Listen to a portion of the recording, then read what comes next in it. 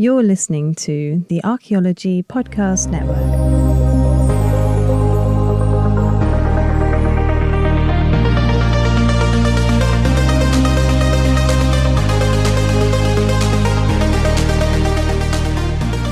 Hello and welcome everyone to episode 4 of season 2 of ADHD BCE. In this season, we're exploring how archaeologists interpret the archaeological record and how we take fragments of the past left behind in the ground and try to reconstruct the lives and decisions and behaviours of the people who came before us. Today, we're moving on to one of the biggest themes in human history, and that's migration. Humans are a species that moves from the earliest dispersals of ancient humans out of Africa to the spread of modern humans across Eurasia, the colonization of Australia, the Arctic, and eventually the Americas. Our story is one of movement. But migration isn't just about geography. It's about decision-making, risk, adaptation, and possibly even personality. So, why do some groups stay put while others move on? Why are some people drawn towards the unknown? And how do archaeologists even begin to detect these movements thousands of years later? Well, to help us explore all of this, I'm delighted to welcome back Dr Andy Shuttleworth. And Andy was actually the first ever guest on ADHD BCE. And when he joined us last time, we somehow ended up talking about Neanderthals for something like 2 hours, which honestly, I remember I could happily have continued for another 2. But anyway, Andy, welcome back and thanks so much for joining us again. No, welcome. Thanks for having me, really. I'm ready to spend 2 hours talking about migration, if you'll let me. I know you will. Well, go on. Let's do it. Andy, let's start big. Talk to me about migration, or talk to us about migration. When archaeologists use that word, what are we really talking about? I think we're talking about the movement. The dispersal is really actually a better word than migration, because migration implies a willingness to move, a knowing what you're moving from to what you're moving to. Dispersal is what humans did, Homo sapiens did, and other human species from, Agasta, Erectus, Neanderthals, all of those others. Dispersal is what they did. They moved from one place to another, and they didn't necessarily know, maybe, what environment, what resources they were moving into. So I don't know if you remember, George, but like way back when in high school, especially when I had like a fringe, and I'm bald now, but when I had a fringe in high school, when we talked about geography and migration, we talked about push and pull factors. So you had those push factors of a location that maybe the resources are depleted, maybe population numbers were too high and it forced individuals out of a location. And then the flip side of that was pull factors. A new environment had more resources, had less population, had greater opportunity to live and that kind of stuff. But in the vast majority of human existence, you only had push factors, because you don't really know, as a new human walking around a landscape, whether that be Africa, the Arabian Peninsula, Europe, North America, South America, Asia, wherever, when your current resource or location is getting too full up, say, or there's no game or there's no stones to make tools, you don't know what's necessarily along the horizon. There are no pull factors when it comes to human dispersal in prehistory. It's a great unknown.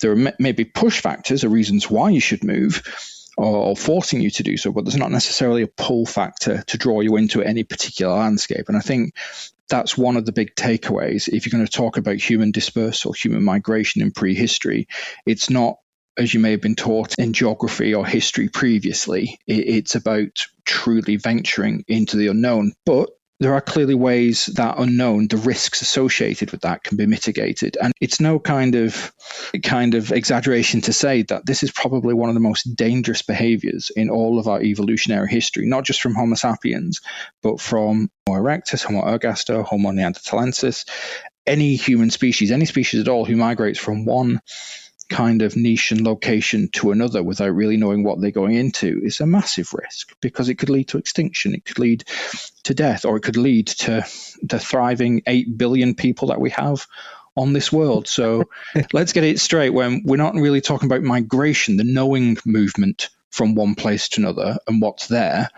there's no customs border that's going to stamp your passport and say, welcome, here are all the opportunities that you have. It's dispersal. It's moving from one area and either at pace or gradually moving into another. and the risk involved in that dispersal. And it's one of the greatest stories, I think, of our evolutionary history. It literally got us from there to here. Yeah, absolutely, 100% agree with that. And we do this too. When we talk about migration, we always think there's that push factor. Well, was it climate change? Was it politics? Was it social? Was it famine? Was it what drove people? Do we ever think about? Because I remember when I was young, I couldn't wait to move. I wanted to get out. I wanted to go and see the world. I wanted to go and explore. Do archaeologists ever think about that sort of innate curiosity and that desire to go and see what's over the other side of the hill? Is that any kind of factor in dispersal or migration, however you want to term it? I'm sure for a few people that is, and for many more, probably it's one of the defining features of our species or humans in general as a genus, like that willingness to explore and venture into the unknown and see what's over the horizon. So I imagine many archaeologists have that as an innate assumption of that's what we're doing, that's what's happening, that's what pushing us. However, that clashes with science, because how can you prove that non-materially? Because archaeology is all about the material. You can't really prove a wanderlust, right? You can show where things have gone and where species have been. You can look for stones in geological context that they shouldn't have been there because that's been traded or moved for some way or brought by a human species from one area to another, and you can plot the distances between where it was found to where it should be geologically. But to prove that wanderlust, it's one of those kind of gut instincts. Yeah, does it, I'm not saying it didn't exist. It probably did, George. It probably did. But can you prove that? No. Is it a gut feeling? Yes. Is it shared probably by teenagers from the Paleolithic to the modern world? Of course. Like you, I wanted to leave my hometown at the earliest opportunity, and I've been fortunate enough to explore strange new worlds and everything like that. But it's, I wouldn't begrudge that kind of feeling being in a Neanderthal or an early modern human. We just can't prove it. No, we can't. But the point I want to make here is, and it is still pie in the sky. I'm not trying to say this is an academic endeavor, but the human nervous system that we inherited, and in the first episode of the second season, I talk about the nervous system, and we all our ancestors inherited, especially even up until modern humans, up until a couple of 100,000 years ago, where we get the prefrontal cortex. Before that, and we spoke in the first ever episode about Neanderthals and potential autistic markers in DNA from those guys. So we can sort of see that they did inherit this and live with a human nervous system that worked very similar to ours in terms of gut feelings and emotions. And the chances are that Neanderthals and other earlier species in our line were experiencing diversity and differences and all these things. And I wonder if we can assume, and that's when we make an ass out of you and me, but we can talk about this on a podcast, that perhaps the wanderlust that we talked about there is likely to have been there. And with anatomically modern humans, especially once we get a prefrontal cortex and all these things going on. So you're gonna have to forgive me, everyone. I've been talking about migration. My youngest's just come into the room halfway through recording, so completely lost my train of thought. But I was talking about the nervous systems that we have today being identical to everything that we've had over the last couple of 100,000 years. So we can probably talk about anatomically modern humans in terms of, hypothetically anyway, about wanderlust and that innate desire, because we had the same nervous systems. We culturally, obviously, very distinct, very different. But I think it would be interesting, Andy, to talk on that a little further, or even if I've just made the point that we can't prove it in the archaeological record directly, but just as we look for neurodiversity in the archaeological record, we can see it in terms of genius, in terms of creation and out-of-the-box thinking, hyperfocus, those sorts of traits. Or we can see it in terms of speed, right? Because let's twist it a little bit. If we have this wanderlust, if we're always looking for what's over the horizon, yes, we have to balance survival, resource, tool availability, that kind of thing. We can't discount those. But if we have this wanderlust, then surely speed, right, is going to be a key to us reaching certain areas. And the one thing that defines Homo sapien dispersal across the world is its speed. Because, ballpark it, we emerged as a species around 300,000 years ago in Africa, whether that be North Africa or East Africa, or a convergence of Homo sapien populations coming together to define one species around that time, all coming in. We spent several thousand years just within Africa, getting to know ourselves, whatever. And then someone said, I wonder what's across that way. And then, boom, within a couple of 100,000 years, we're in Australasia. We have all of these sites to show that human dispersal was incredibly quick when the environment allowed for it. Because sometimes there was a glacier in the way, sometimes there was a desert in the way, and we're not passing those. Not really. We can bypass them, but that takes time. But if you look at the map of human dispersal, once we leave Africa, whether by a northern route, via what is now the Near East, or a southern route via the coastal routes of the Arabian Peninsula, it's incredibly quick, George. It's fast. We burst out, and sometimes those bursts aren't successful, and we contract back, but we always keep going, and we keep going, and we expand, and we learn, so that we're in South America somewhere between like 25 to 14,000 years ago. It's incredibly quick. If wanderlust is there, if there's that kind of neurodiversity of I want to see what's on the other side is there, then surely the speed of dispersal is indirect evidence of that, because it was really quick. Yeah, no, that's a great point, Andy, and thank you for that. I think we did sort of touch on this in the first that 2-hour episode of Neanderthals. That if Neanderthals brought autism to the party, then anatomically moderns brought ADHD, and I think you highlighted that quite well. And I just want to go back when you mentioned how all humans, but especially anatomically modern humans, dealt with travel, if you will, overcoming the obstacles. One that always blows my mind is water. When we talk about, not just rivers, we're talking about oceans here. I mean, definitely Australia. If you think about that, was 70-odd thousand years ago, was it, when the first humans got there? I can't quite remember. Give or take 65 to 70,000 years, depending on sites. But that range is changing all the time, as you know. And what kind of distances are we talking there? I mean, it's 50, 60, I don't know, miles or something like that. It's a big distance. It's bigger than the English Channel, for example. I know that's only 12,500 years old, but the point I'm trying to get to is that there was a coordinated effort, and then we talk about risk that you mentioned earlier as well. I mean, crikey, jumping on, the ingenuity, the thought to get onto a boat and to go out onto that thing, because we die in water. There's animals, sea creatures in there that must have been pretty bloody terrifying, and it must have been known to them as well. And of course, the waves themselves and the water, we're not going to survive in that for very long if we haven't got something to float on. So what are we thinking about that? I mean, obviously the forethought and reasoning behind it is probably very difficult for us to imagine. Well, not to imagine, but to get right. But then also the ingenuity and genius to make it happen, to get across there successfully. So before we go into that in depth, let's just recall for yourself, for myself, and for your listeners, that even though the barriers to dispersal are the same as we experience now, open water, deserts, rainforests, lack of stone for making tools, food, and drinkable water, they remain. They've been constant. But the location of those barriers in prehistory will always be different to what we imagine now. So, for example, peopling Australasia and getting on a raft going to Australia would be an inherently still a difficult task, but an easier task back then, around 70 to 65,000 years ago, because sea level differences. And so there was more land. And so, there wasn't that big part of the ocean that currently separates, Indonesia and Southeast Asia to Australia that is there now. That didn't exist, or it existed in a far smaller way than it would now. So it was still a barrier, but it wasn't as big as a barrier if someone tried to do it now.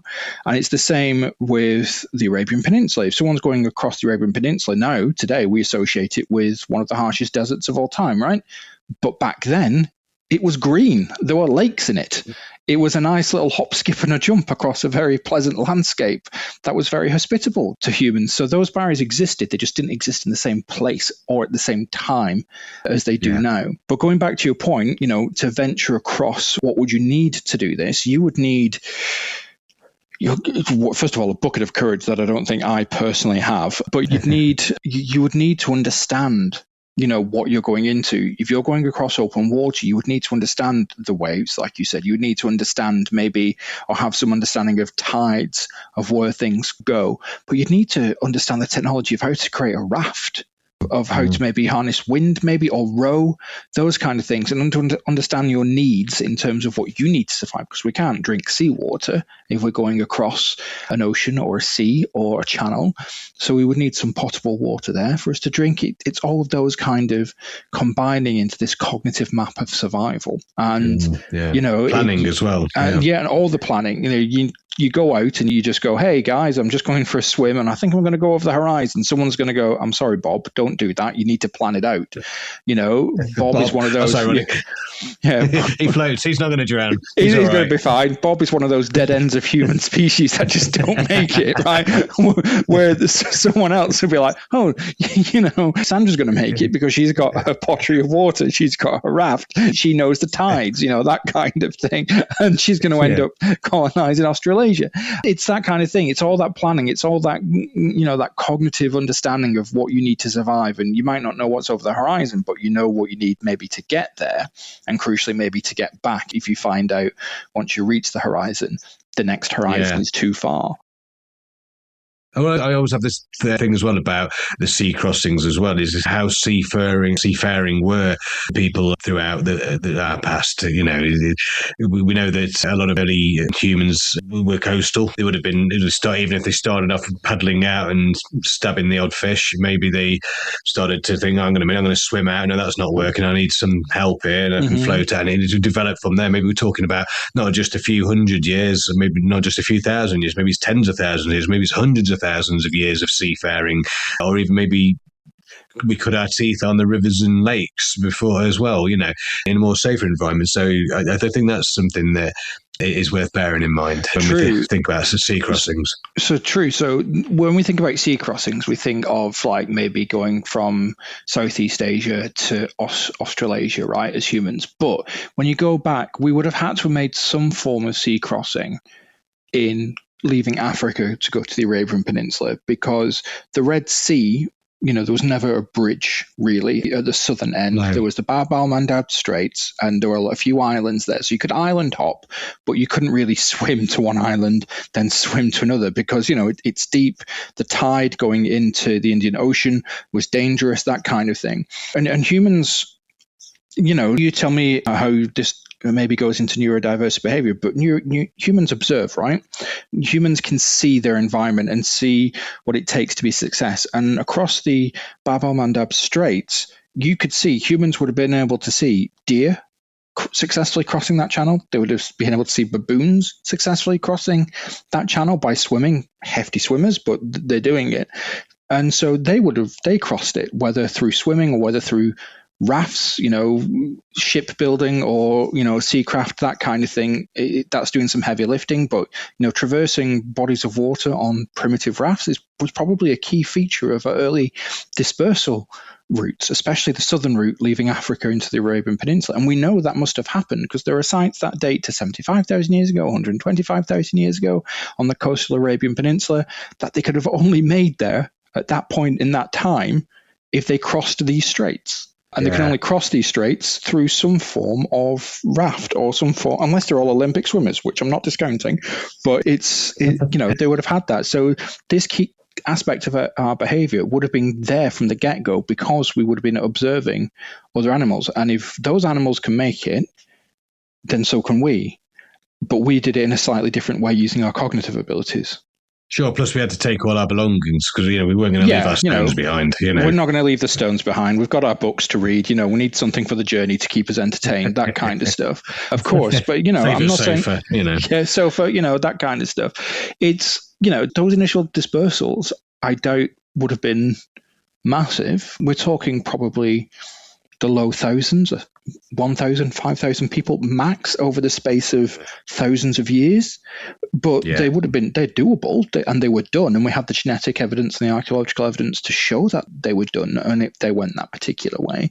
And that would have been possible. We're also living proof of it as well, aren't we? We wouldn't be here had they not made those crossings. No, exactly. Been populated this way. And certain genetic haplogroups wouldn't exist if certain crossings weren't done at certain times, right? Because, the southern migration out of Africa, which is my kind of niche, that leads to certain haplogroups M and N, I think, which prove that a southern route was taken, where there's a northern dispersal route, going through the Nile, Egypt, across the Near East, what is modern day Israel, Syria, and all the rest. That's where we come in. That's where the vast majority of our genetic haplogroups are. But the fact that you've got these other two should definitely show we went this way as a species. Maybe not in big numbers, but we definitely did. And that contributed to our genetic code and our evolution and our resilience. And that would have been, one, because of that wanderlust, two, because they probably followed some deer and they wanted to hunt, and three, they didn't want to be upstaged by baboons swimming across.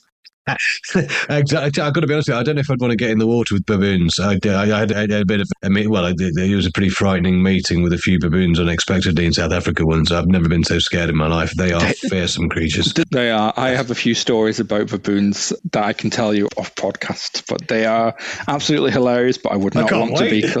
I would not want to be close to them. No, they're frightening creatures, aren't they? Well, maybe they were trying to get away from the baboons as well. There's always that.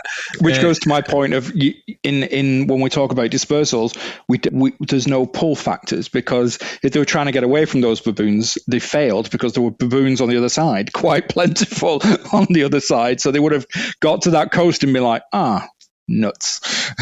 Well, here you go then. That's it. I suppose another way of looking at it, yes, we can never get away from the baboons, but what about Uncle Baboon and Auntie Baboon and the brothers and sisters?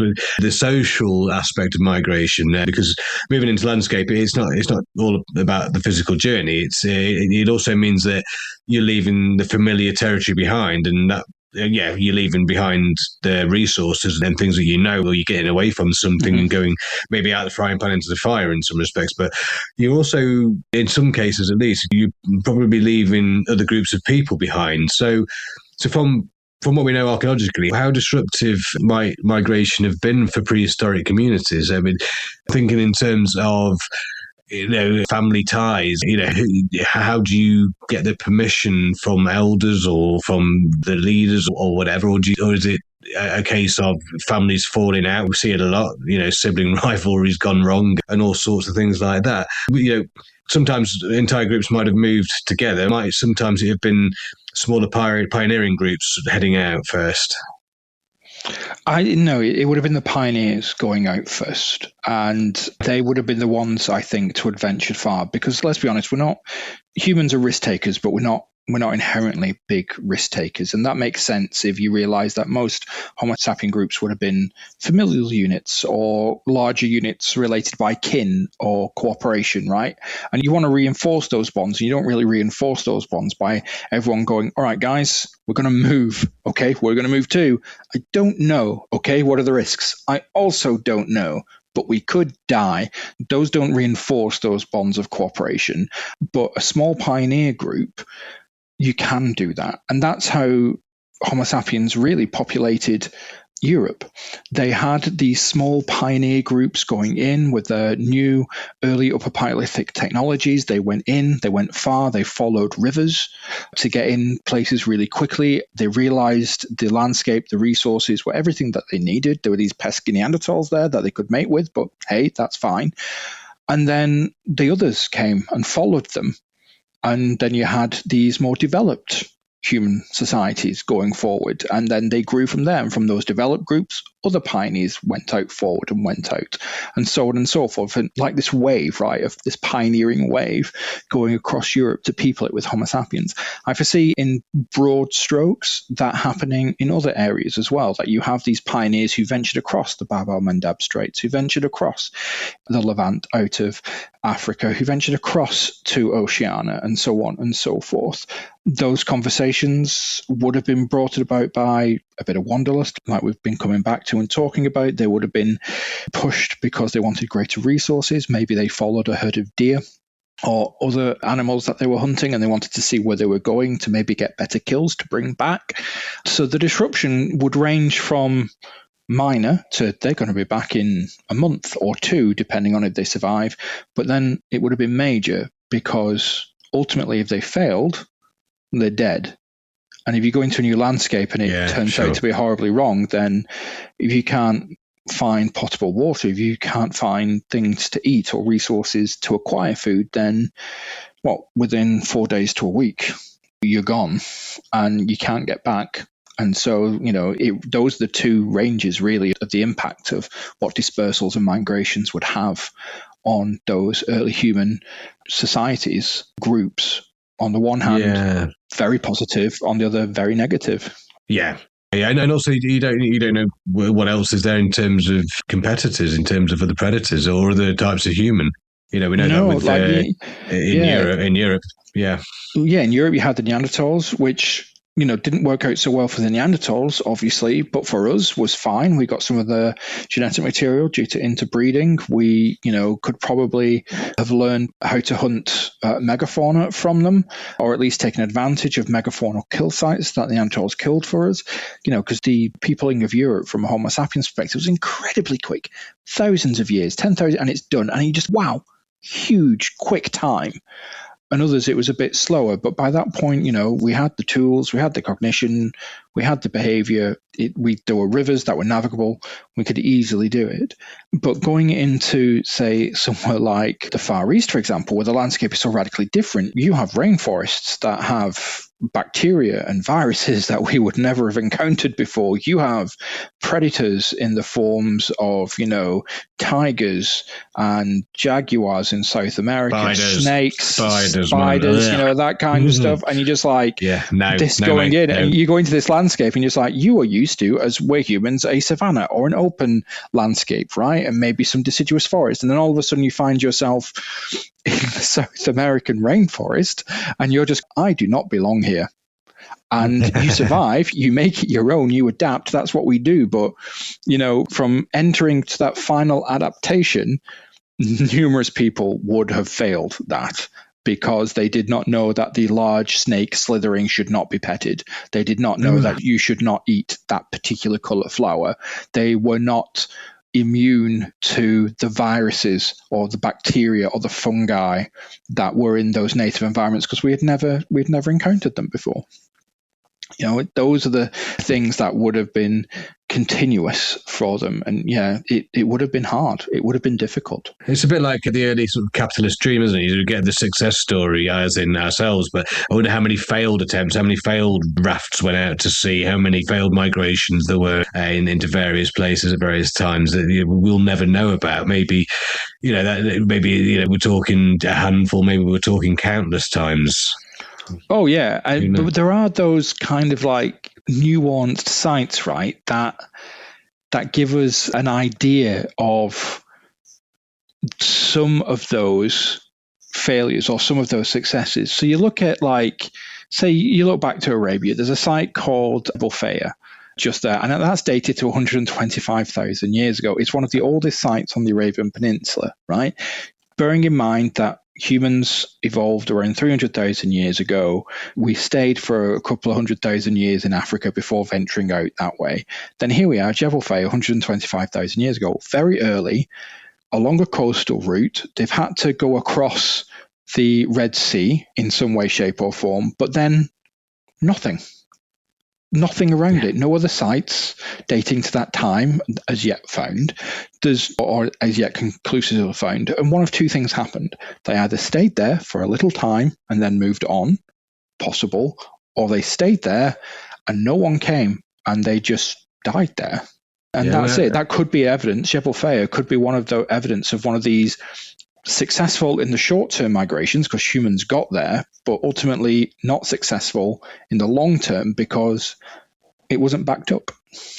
Yeah, sure. I mean, I was chatting to Professor Duncan Garrow about this, talk about what archaeological remains actually exist. Mm-hmm. We're talking about 1% likeliness of what physical remains could have been left in the ground at the time anyway. So the chances of us ever getting a real full understanding of human migration or their dispersal is slim to none. We're literally clutching at straws here. There's virtually no evidence left. Needle in a haystack, especially when you consider that, we're looking in places that are now being developed so that archaeology could be lost, but we're also looking in places where we think, due to today's environment, that migration would have been possible.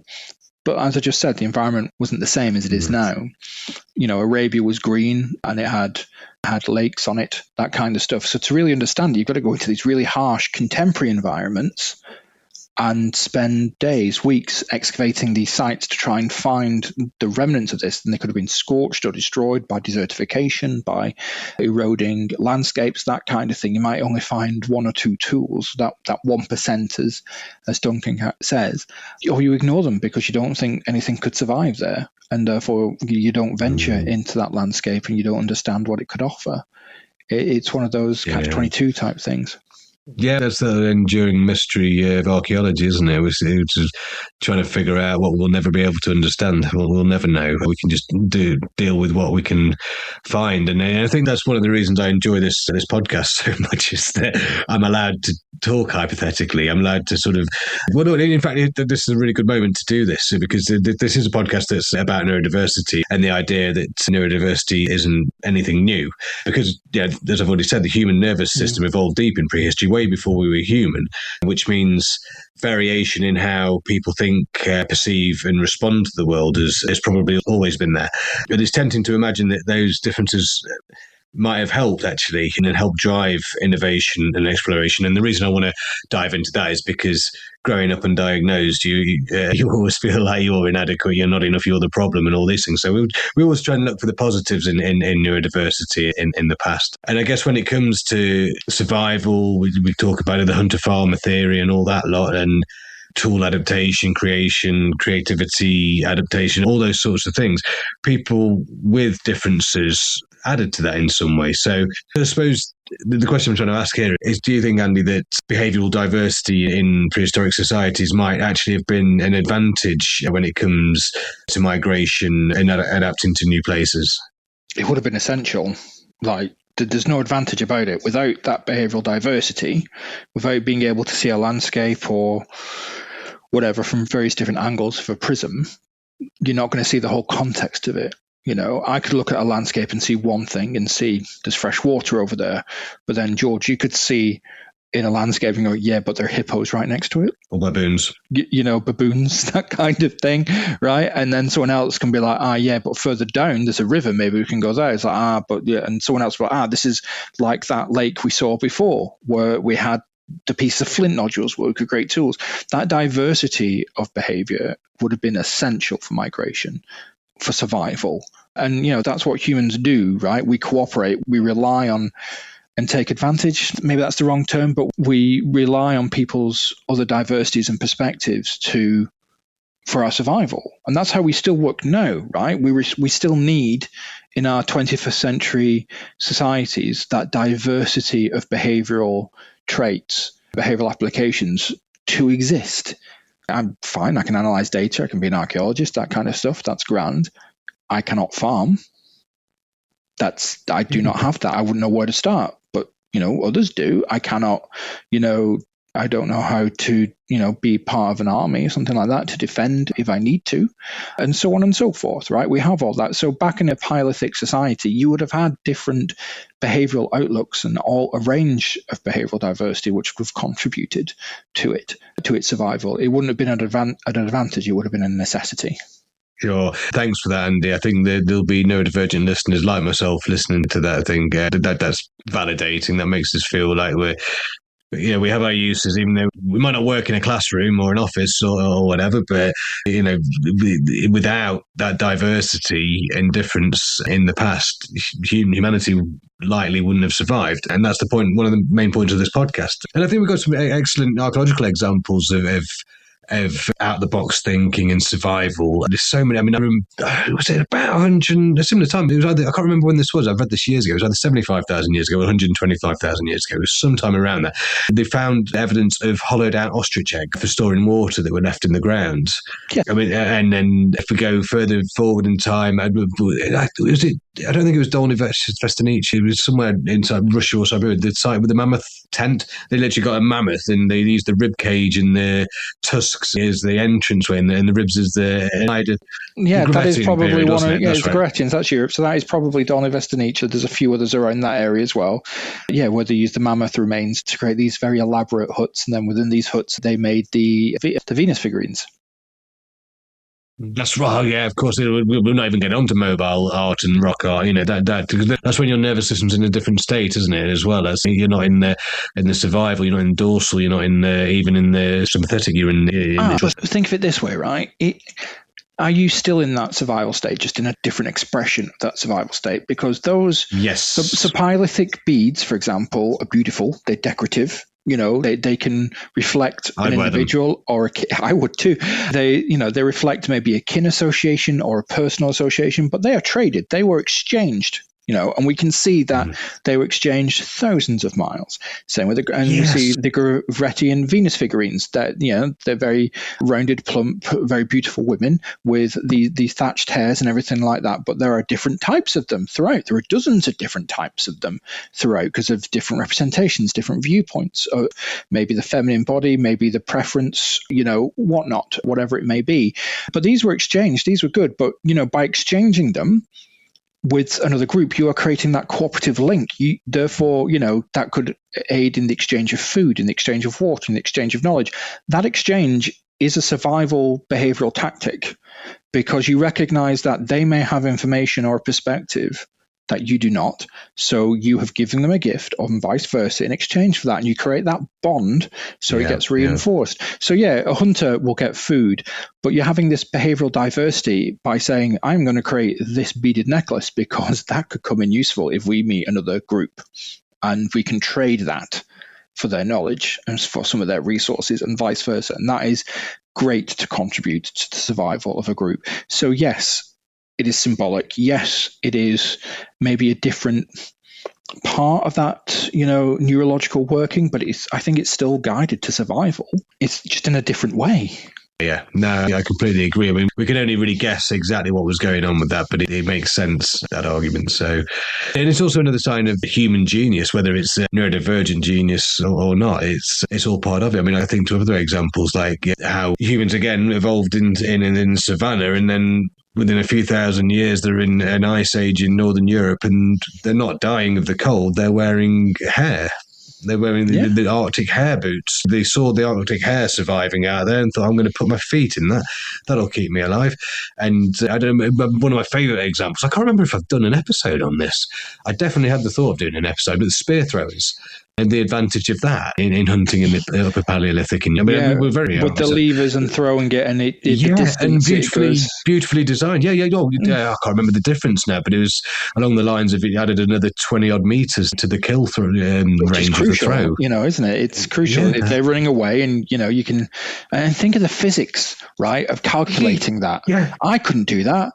It's just you throw it and it's done. And problem solving, though, it's problem solving genius. And I think a neurodivergent brain would have been absolutely, I would say, absolutely certain to be involved in this. It's the thought of, God damn it! I've just missed that. I've just missed that deer again. I missed it by a meter because it just got away from me. What if I could have another 5 seconds to think about it? If I could get it to go further somehow, and just thinking about it. How can I get it to go further? And then I imagine, and apologies, I don't mean this to be insulting or anything like that, but then I imagine that it just pans to a neurodiverse individual who's that Julia Roberts meme with all the equations. It's like, have this instead and throw it like this. And it's like, done. And you're just like, oh, great, fantastic. Paleolithic Julia Roberts, you have solved our hunger problem. That kind. It's the same thing, they're living in these environments. They look at the way the natural fauna survive using their furs to survive on their boots and stuff, but it's the same thing with like modern Inuit groups, right? When Western retailers go up with their new waterproof coats, here, try this on, is it good? And just like, no, it's rubbish. I still get cold, I still get wet. I'm still going to use seal fur because that is the best. It's perfect. That evolved here. Well, I mean, this is a totally random example of this, but a few years ago, I don't get to hang around them very often, and this is a neurodiverse crowd, by the way. The Viking reenactors.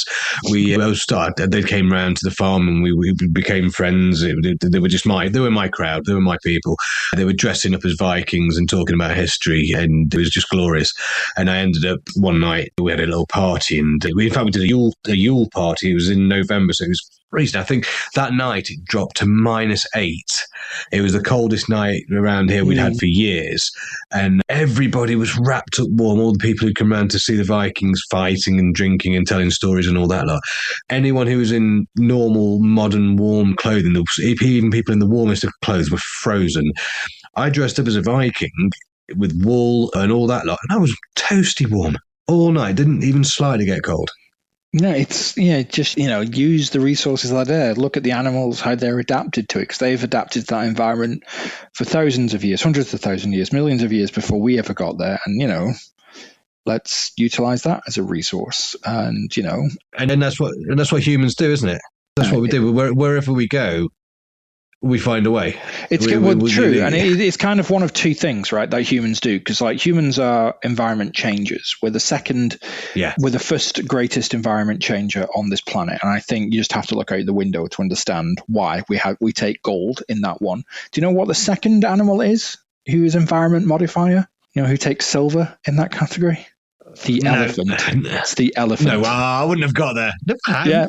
The elephant is an environmental modifier par excellence, other than humans, that kind of stuff. They destroy their environments, they rub down trees and that kind of stuff. They modify their environments very significantly. It's the elephant who comes number 2. By a large margin, we are gold. We take number 1. So my point is, we do two things. We either adapt using the available resources that are there. So we've done that in essentially the Arctic and high latitude environments more broadly, or we change the environment to suit us. And that's what we've done pretty much everywhere else.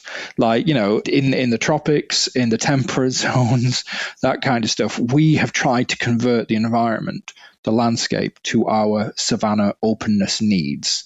And, we did that small scale when we were in the Paleolithic, but come the Neolithic, when farming took over. I was just thinking that, boom, it was just gone, and you can see, and, people might raise an eyebrow. If you're listening, dear listener, and you raise an eyebrow at that, just look at the deforestation of the Amazon and what it's being used for.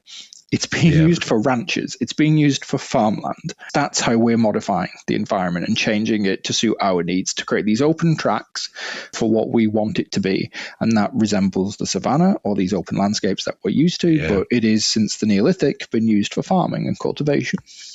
It's interesting how I always like to think of human evolution and expansion and dispersal and migration and all that lot in terms of fractals, because you can sort of trace it all back to particular events and see the full picture of it. And another way I like to think about it is when humans had colonized most of the world, once we'd migrated or dispersed wherever we ended up, we physically keep moving, and it is migration today. It still happens for whatever reasons, or in more individual cases. But I like to think ideas migrate in a similar sort of way.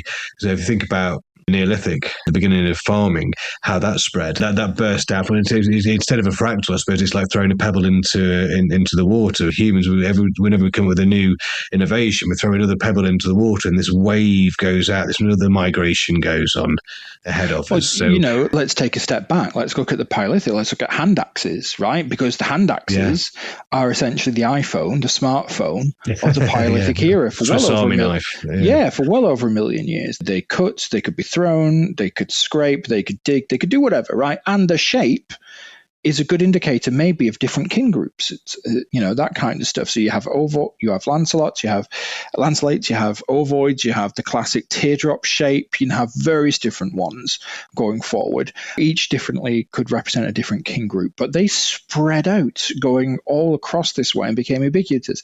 Then you have you have your idea of cultivation and agriculture and pastoralism and that kind of stuff, again, radiating out. But it also works, George, in reverse. Because, as you know, and maybe your listeners know, the spread of pastoralism agriculture as we know it hit a hurdle in the fact of the Younger Dryas, because in the Younger Dryas, they had this big ice shelf. It's a mini ice age. Mini ice age lasted about 1,000 years. We can date it firmly in all across the world, and it's just when humans were getting cocky and they were going like, "Yeah, we're changing the environment," and the environment went, "No," and stopped. And so, and there were people, so the Natufian and the key, they're around the Mediterranean basin in modern day Israel, Palestine, and Syria, and Lebanon, and all the rest. The Natufian culture. And Turkey. The Natufian culture is that reversion. So they stopped pastoralism and agriculture, and they went back to hunter-gathering. They went back to the old ways, so to speak, and quickly, so they could survive. But they kept elements of their new ways. So they kept elements of what we'd interpret as maybe shamanism and holy sites and those kind of stuff around those ways. And so it can work both going forward, but when, a hurdle comes, it can work going back. And imagine what that needs, because we understand what it needs to go forward, that innovation, that what you said, that behavioral diversity, George, that you pointed out. We need those, that they would have been there. But imagine what would have been required to take a step back. Because, after a few generations, maybe that knowledge is lost, but they've preserved it maybe in some way, shape or form. Maybe it just happened at the right time for certain people to allow them to revert back to a semi-nomadic or hunter-gatherer lifestyle when the environment decided to, go against them. But imagine what it would needed. You would have had to have that behavioral resilience and diversity to ensure that the old ways, for lack of a better term, could be gone on. Like, imagine now if a second younger dryas happened, another, was to happen, would we be able to adapt so easily? Because the archaeological record suggests that there was some uncertainty depending on where you were in the world, but it was that adaptation to back into nomadic lifestyle was quick. In evolutionary terms, the click of a finger. Now, would it be? It'd have to be. I don't think it would be a pretty scenario, to be honest with you. It's quite a frightening one. I mean, I don't. Yeah, and people say it can't happen, because the situation that brought about the Younger Dryas was unique. But as I told my students when we were talking about climate change, when I taught them about climate change, it's like, well, it's not unique because Greenland is right there. And if the Greenland glacier just decides it wants a holiday in the North Atlantic, then we've got a second mini ice age coming across, right? And that's when you're going to be looking at the behavioral diversity of humanity and all our communities to get through, because that, like I said before, that is what will be needed for us to survive. That adaptability, that behavioral neurodiversity. One thing, and the point is, I was very lucky to have some modern guests on, people outside of archaeology on in the previous season, and we actually touched on innovation today and how neurodiversity is so important in human innovation moving forward. So when we can go back in time and point to archaeological evidence of neurodiversity potentially, or certainly adaptation, and we're always going to need that. And that's the point I want to make to neurodiverse listeners, is that not only is neurodivergence essential in the future, it was the main reason, as you've said yourself, is essential for human survival in the first place. So and I think we could go on and on. I know that we could talk for hours on end, and I know I'm going to have you back on the podcast at some point, because I just love chatting. Well, before we do end, can I just, because we've talked about migration and dispersal, but then I think maybe a nice point to bookend it is when maybe a human group or a human society or human community decides to say, this is home, right? This place is now our place. And then we will maybe pioneer and disperse outwards. So a bit of insight from you, George, because so many people have probably said, maybe, Andy, you are neurodiverse. I've not had a diagnosis, and I don't believe I am. But you yourself, you are neurodiverse. So maybe you can give some insightful for me in this. As part of the many neurodiverse behaviors is doodling. Like little sketches, drawings. Is that a recognized or form of indicator of neurodiverse behavior? Well, I think it's part of stimming, isn't it? And regulation. It's a different state of the nervous system. So especially a lot of neurodivergent people end up in awful states, unfortunately. I'm not familiar with the term stimming, so you might have to just give me a definition. Oh, so basically you're using your body to release energy or to focus your attention away from overwhelming aspects. So it's a bit like, stimming is often like clicking your fingers or humming or ticking, moving around a little bit, walking around in circles, that sort of thing. So doodling could come in. I mean, I'm venturing into art for art's sake. Are we here? Well, no, I just want to end because there are places where humans have gone to, where, especially in South America, but also in others, where you will find handprints all over them in caves, right? And just handprints upon handprints and handprints. And these aren't like, there are other reasons maybe to explain why there's a painting of a mammoth with, humans, because that could be a teaching tool, for example. But handprints are very, they're dotted all around. You can see the fingers, the universal, thumbs. They're universal, right? And you said before, let's talk about hypotheticals. We can't prove it or anything like that, but here we have this forum to talk about hypotheticals. But what if that then, all these handprints that are found across the world in various caves and various archaeological sense, what if that is a reflection of your neurodiverse behavior, of neurodiverse stimming, in your broad definition that you've just said, to say, this is ours, this is home? Oh, I like that. I absolutely adore handprints. I love it's so personal, isn't it? Yeah, and it's almost like they're like saying hello, or they're leaving their mark. This was me, or there's something we're never quite sure what it means. So I think we've probably got an episode there. And maybe it's just because I look around my desk and I've got doodles and everything like that. And wouldn't it be, there are fancy professors in Cambridge and Oxford and whoever who give great importance to these handprints and cave arts, and they say cognitive this and behavioural that. Could it not just be a neurodiverse person going, this is fun? Yeah, well, I've had a bad day. I've been chased by a saber-toothed tiger. I missed my shot. All these things. I'm just going to come and doodle in the cave. Bloody baboons. I'm just going to spend some time going across. I thought we got away from those guys. You can never get away from baboons, George. You're never, ever far away. You'll never. I don't know what the stats are. I'm going to be killed. You're never fully safe from a baboon. But yeah. Well, on that note, I just want to make the point just to end really that my migration, which was the topic of this episode, it's one of the defining features of humanity, and because our species didn't just survive in one place, we spread across landscapes, continents, and eventually the entire planet. And every migration. Let's not forget, George, the moon. We're the only non-human species to leave. Well, we're not finished yet. We're carrying on. We're Star Trek fans. This is just the beginning. But behind every migration were people making decisions, taking risks, adapting, experimenting, and sometimes stepping it into the unknown. And what's the Star Trek? Where do we go?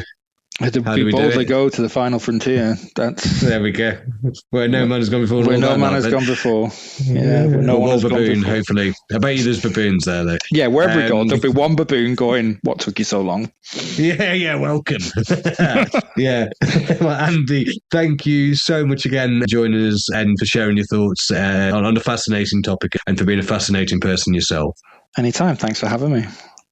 No, we will have you again, Andy. And if you enjoyed this episode of ADHD BC, don't forget to look out for other episodes and share it with other archaeology enthusiasts and neurodivergent people who might need to hear that they are an essential part of the human story. And remember, neurodiversity isn't new. It's part of a big, long human story. And thanks for listening, and we shall see you next time. Bye-bye.